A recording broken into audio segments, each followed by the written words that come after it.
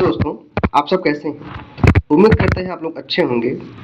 दोस्तों, आज आपके लिए हम एसएससी जीडी 2025 के जो पेपर स्टार्ट होने वाला उस सेट लेकर आया हूँ। इस प्रैक्टिस सेट में टोटल 20 क्वेश्चन होंगे और इन 20 क्वेश्चन के जितने अन्य ऑप्शन भी दिए रहेंगे, इन ऑप्शनों को हम बारी बारी से पूरा डिटेल से समझाएंगे और बताएंगे। ये वीडियो बहुत बेहतरीन होने वाली है और यह आपके एसएससी जीडी 2025 के एग्ज़ाम के लिए बहुत ही इम्पोर्टेंट है। आपको पता है कि यह एग्ज़ाम स्टार्ट हो गया है और यह जो पेपर है ऑनलाइन होता है, ठीक है ना। और 1 घंटे में कुल जो है 80 क्वेश्चन करने रहते हैं, जिसमें से 20 क्वेश्चन आपके जीके जीएस से संबंधित रहते हैं, ठीक है ना। तो उन जीके जीएस को मैं इधर कलेक्ट कर लिया हूँ। ये स्पेशली किसका होगा? एसएससी जीडी का होगा। अब जब भी पेपर स्टार्ट हो जा रहा है 2025 का, तो मैं उसकी सारे जीके जीएस की वीडियो बना के यहाँ पे प्रैक्टिस करवा दूंगा, ठीक है ना। अभी लगातार होने वाला है।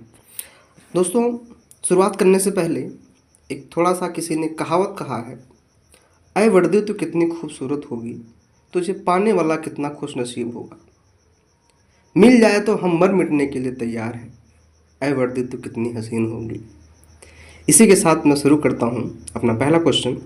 हमारा पहला क्वेश्चन है, निम्नलिखित में से किसने कोलकाता के साल्ट लेक स्टेडियम में आयोजित डुरंड कप 2024 का फाइनल जीता है? तो इसमें इम्पोर्टेंट क्या है? डुरंड कप, ठीक है ना। तो डुरंड कप जो है किसने जीता है? तो ये जानने वाली बात है, जो जीता है ये नॉर्थ ईस्ट यूनाइटेड ने जीता है, ठीक है ना। ये खेला कहाँ गया है? कोलकाता के साल्ट लेक स्टेडियम में खेला गया है। अब बात आती है डुरंड कप की। डुरंड कप की स्थापना हुई थी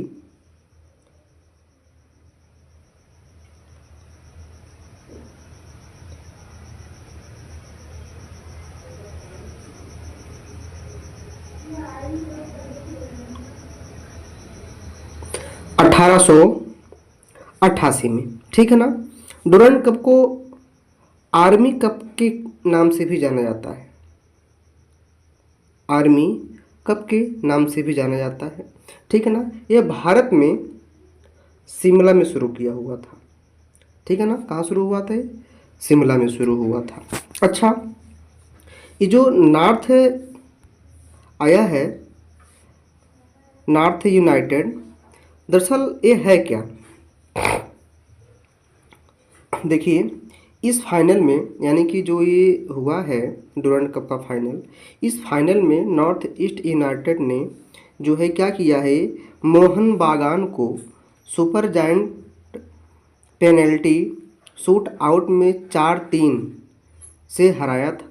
यह मैच 31 अगस्त को हुआ था, ठीक है ना। 31 अगस्त 2024 को खेला गया था, ठीक है। अच्छा, इस जीत के साथ नॉर्थ ईस्ट यूनाइटेड ने अपना पहला डुरंड कप खिताब जीता है। यह टूर्नामेंट एशिया का सबसे पुराना फुटबॉल टूर्नामेंट है, ये ध्यान दीजिएगा, ठीक है ना। अच्छा, 2024 का जो डुरंड कप है, यह उसमें जो है 133वां संस्करण खेला गया है, ठीक है ना। कौन सा संस्करण खेला गया है? 133वां। अच्छा, अब बात आती है कि डुरंड कप, डुरंड कप किसके नाम से पड़ा? तो जो ये डुरंड कप पड़ा हुआ है, देखिए, ब्रिटिश भारत के विदेश सचिव, ब्रिटिश भारत के विदेश सचिव सर हेनरी, क्या नाम था?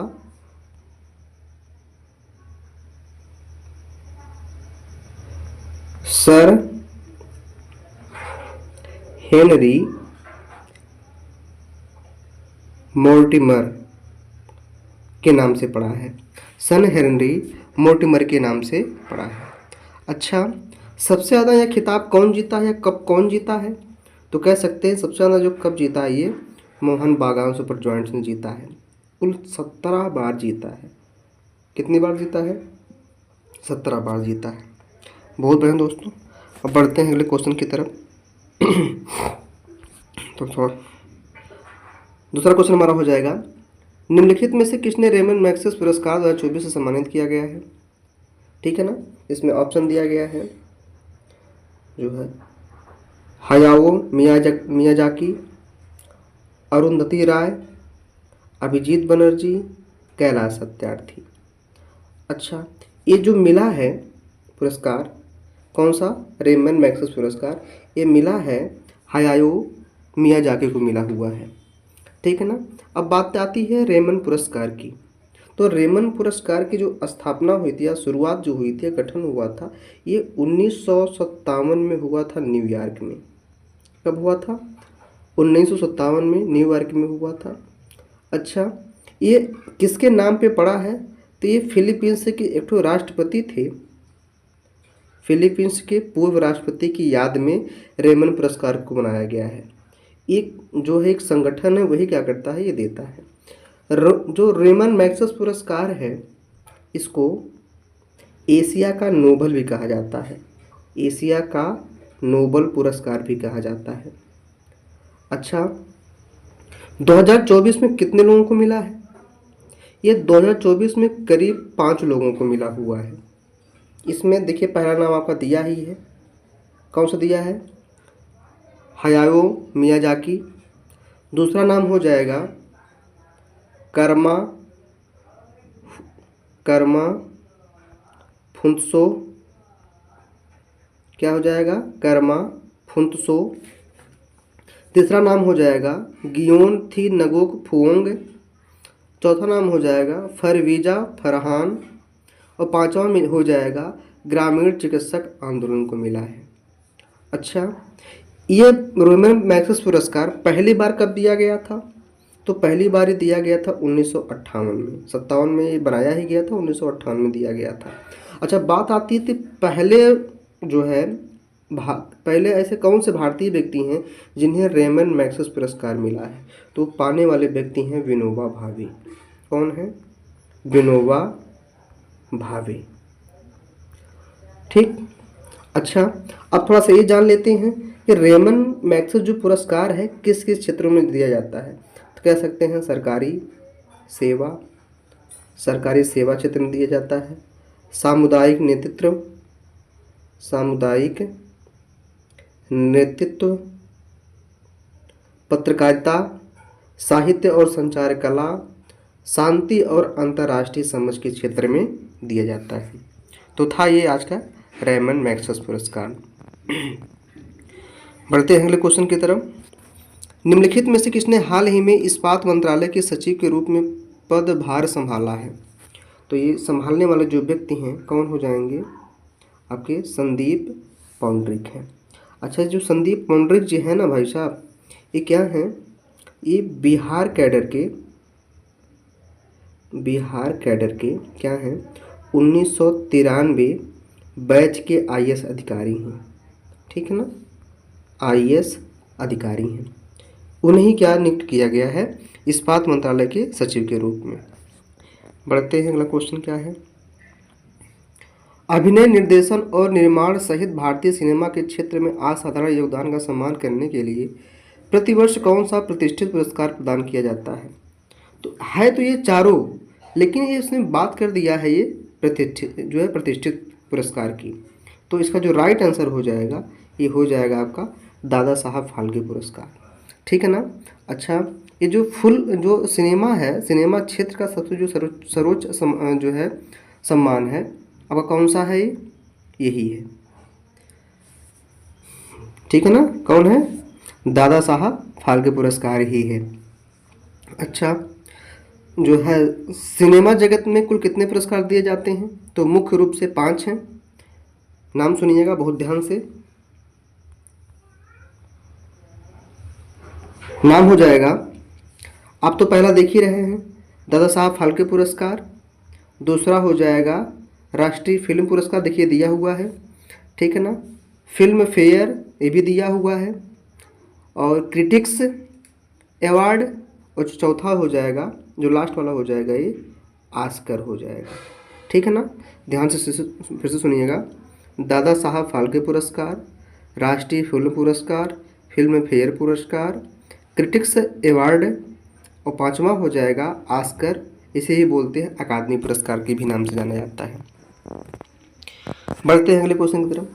जल तनाव की प्रतिक्रिया में रंध्रों के बंद होने से कौन सा पादप हार्मोन जुड़ा है?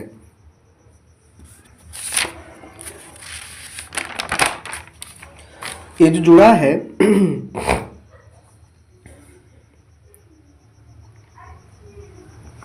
ऑप्शन दिया हुआ है एथिलीन, जैस्मोनिक एसिड, एब्सिसिक एसिड, जो है गिबरेलिन। ठीक है ना। तो इसका जो राइट आंसर क्या है आपका, ये एब्सिसिक एसिड है। ठीक है ना। इसको शॉर्ट में हम क्या बोलते हैं, ABA बोलते हैं। अच्छा, ABO को जो है तनाव हार्मोन के नाम से भी जाना जाता है। ठीक है ना, तनाव हार्मोन के नाम से भी जाना जाता है। अच्छा, एक करता क्या है, यह पौधों को प्रतिकूल परिस्थितियों से बचाता है। कौन? एब्सिसिक एसिड क्या करता है, यह पौधों को प्रतिकूल परिस्थितियों से बचाता है। अच्छा, जो है ABA में शामिल क्या है, ABA में शामिल है जैस्मोनिक एसिड, ब्रेसिनो स्टेरॉइड्स, साइटोकाइनिन और एथिलीन शामिल इसमें होता है। ठीक है ना। आगे चलते हैं। नृत्य नाटक कृष्णट्टम की उत्पत्ति किस भारतीय राज्य में हुई है? देखिए, अभी कल ही एक वीडियो बना के डाला हूँ स्टैटिक जीके में, प्रमुख त्यौहार एवं जो है उत्सव। अच्छा, इसका राइट आंसर क्या हो जाएगा, केरल हो जाएगा। बहुत बढ़िया। आगे चलते हैं। हिंदुस्तानी शास्त्रीय संगीत में कौन सा घराना ख्याल गायन की अपनी अनूठी शैली के लिए जाना जाता है, जिसके लिए अक्सर जटिल और पेचीदा पैटर्न होते हैं? ठीक है ना, क्या होते हैं, पैटर्न होते हैं। तो ऑप्शन दिया गया है ग्वालियर घराना, पटियाला घराना, किराना घराना और जयपुर अतरौली घराना। इसका जो राइट आंसर हो जाएगा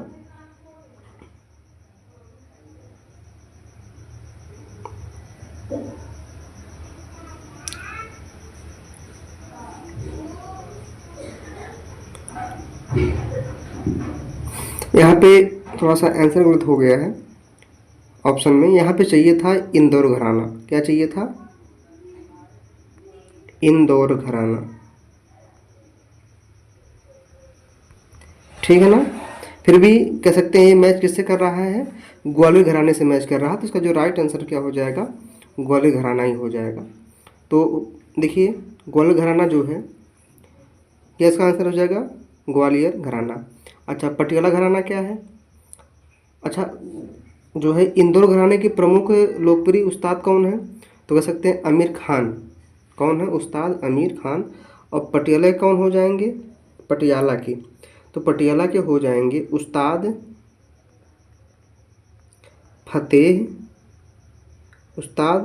फतेह अली खान। किराना घराना के तो हो जाएंगे उस्ताद अब्दुल करीम खान।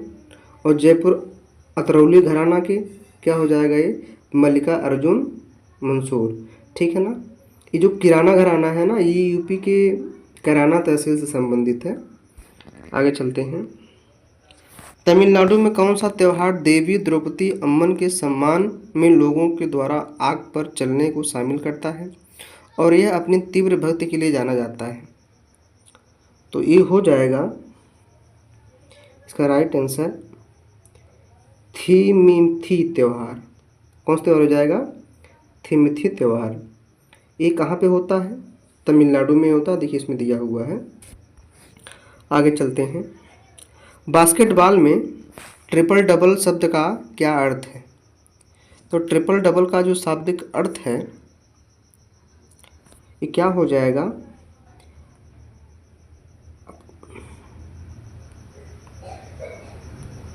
इसका राइट आंसर हो जाएगा ऑप्शन नंबर बी, 3 सांख्यिकी श्रेणियों में दोहरे अंक प्राप्त करना। इसका शाब्दिक अर्थ क्या होगा, 3 सांख्यिकीय श्रेणियों में दोहरे अंक प्रदान करना। क्या इसका राइट आंसर हो जाएगा ऑप्शन नंबर बी।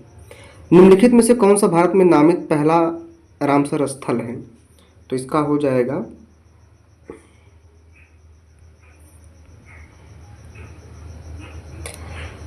केवलादेव राष्ट्रीय उद्यान। ये आपका जो है जयपुर में है।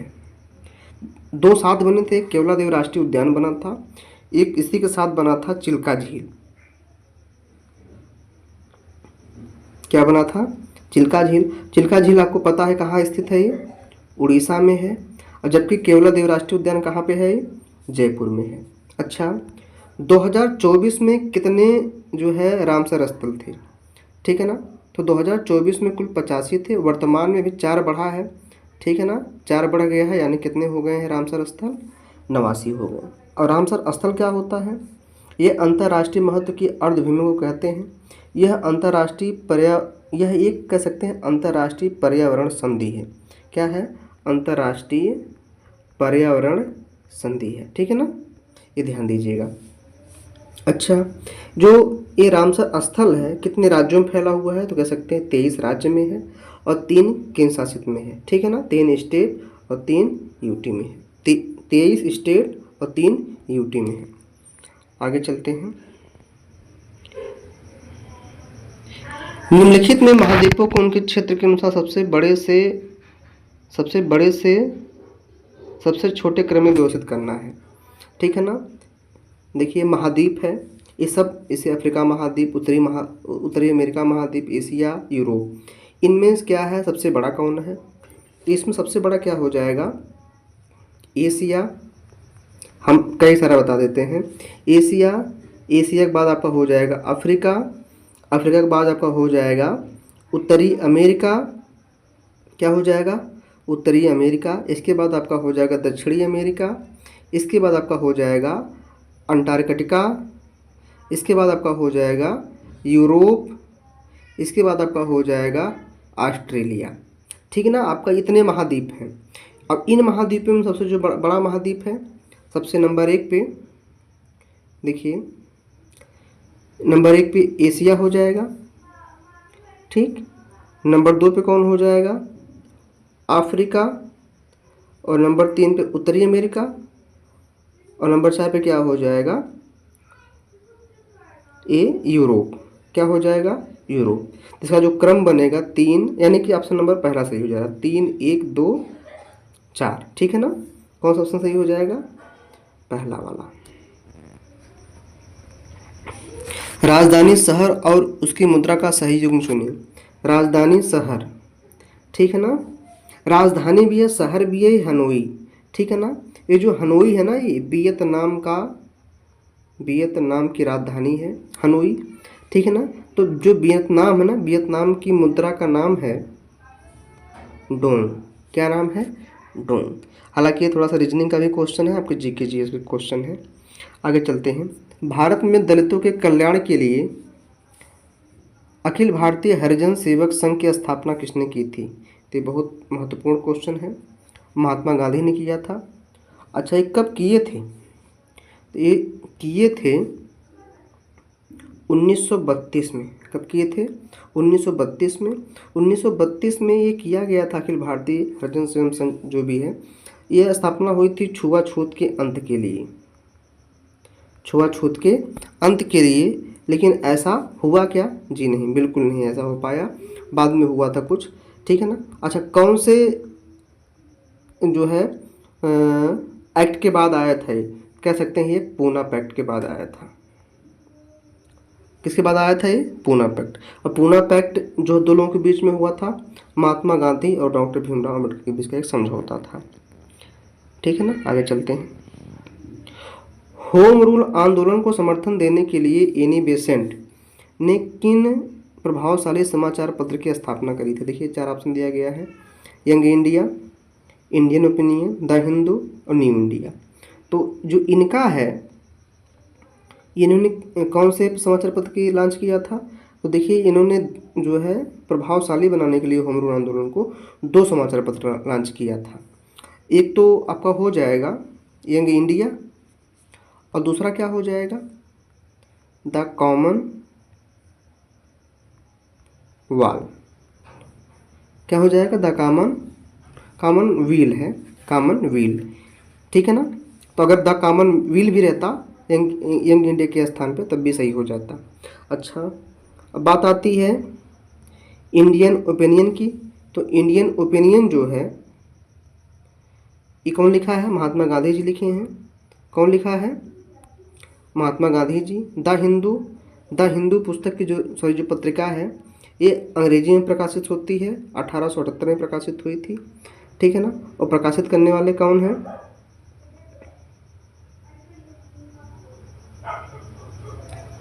प्रकाशित करने वाले कौन हैं? सुब्रमण्य अय्यर। क्या हो जाएगा? सुब्रमण्य अय्यर। सॉरी, थोड़ा सा गलती हो गई है। जो होम रूल आंदोलन को समर्थन देने के लिए एनी बेसेंट ने किस प्रभावशाली समाचार पत्र की स्थापना करी थी? तो इसका राइट आंसर ये हो जाएगा, न्यू इंडिया हो जाएगा। हमने ऑप्शन नंबर ये बता दिया था, ठीक है ना। तो न्यू इंडिया है, दूसरा क्या है? द कॉमन वील है। और यंग इंडिया की स्थापना कौन किया था? तो लाला लाजपत राय। लाला लाजपत राय, ठीक है ना। आगे चलते हैं। 1932 का समझौता वी.आर. अम्बेडकर और महात्मा गांधी के बीच पृथक निर्वाचिका के मुद्दे पर एक समझौता था। तो अभी मैंने जस्ट बताया ये कौन सा समझौता था? पूना समझौता था, ठीक है ना। कब हुआ था? 1932 में हुआ था। लखनऊ अधिवेशन कब हुआ था? 1916 में हुआ था। गांधी इरविन समझौता कब हुआ था? 1931 में हुआ था, 5 मार्च 1931। ये जो लाहौर संकल्प है तो ये अखिल भारतीय मुस्लिम लीग का एक औपचारिक राजनीतिज्ञ व्यक्तित्व था, ठीक है ना। आगे चलते हैं। भारतीय संविधान का कौन सा अनुच्छेद विधायिका रहित केंद्र शासित प्रदेशों के लिए उच्च न्यायालय की स्थापना का प्रावधान है? तो भैया ये कौन सा है? आर्टिकल 241। अच्छा, 241 में 242 में क्या है? 242 में कह सकते हैं कुर्ग में राजस्व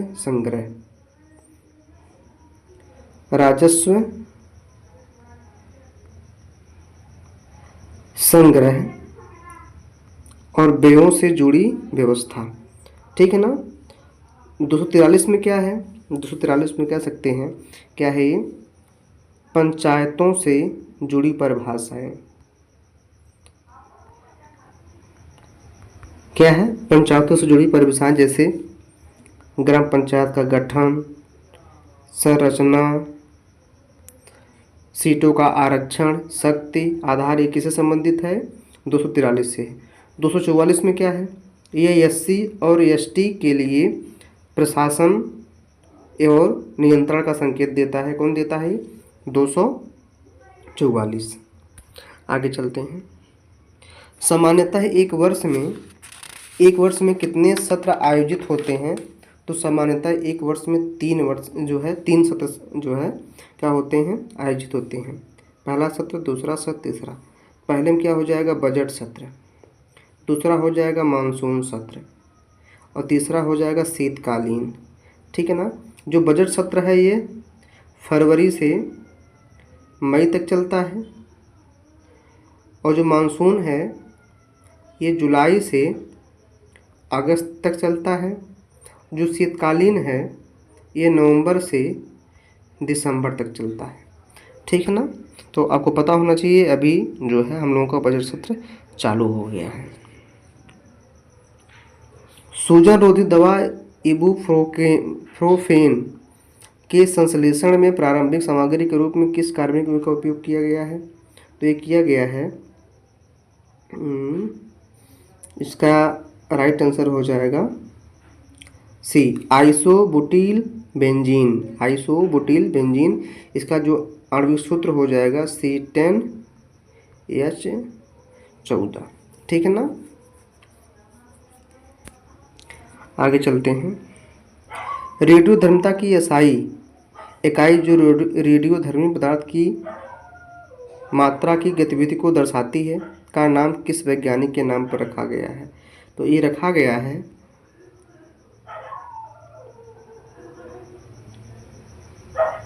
फर्मी के नाम पर, ठीक है ना। फर्मी के नाम पर, सॉरी फर्मी नहीं है, ये गलत आंसर है। इसका राइट आंसर हो जाएगा बेकरेल, ठीक है ना। पूरा नाम हो जाएगा वैज्ञानिक हेनरी बेकवेरेल, ठीक है ना, इन्हीं के नाम पर रखा गया है। अच्छा, फर्मी क्या है? फर्मी दूरी मापने की इकाई है। एक फर्मी बराबर होता है 10 से 15 मीटर, ठीक है ना। लास्ट क्वेश्चन देखते हैं।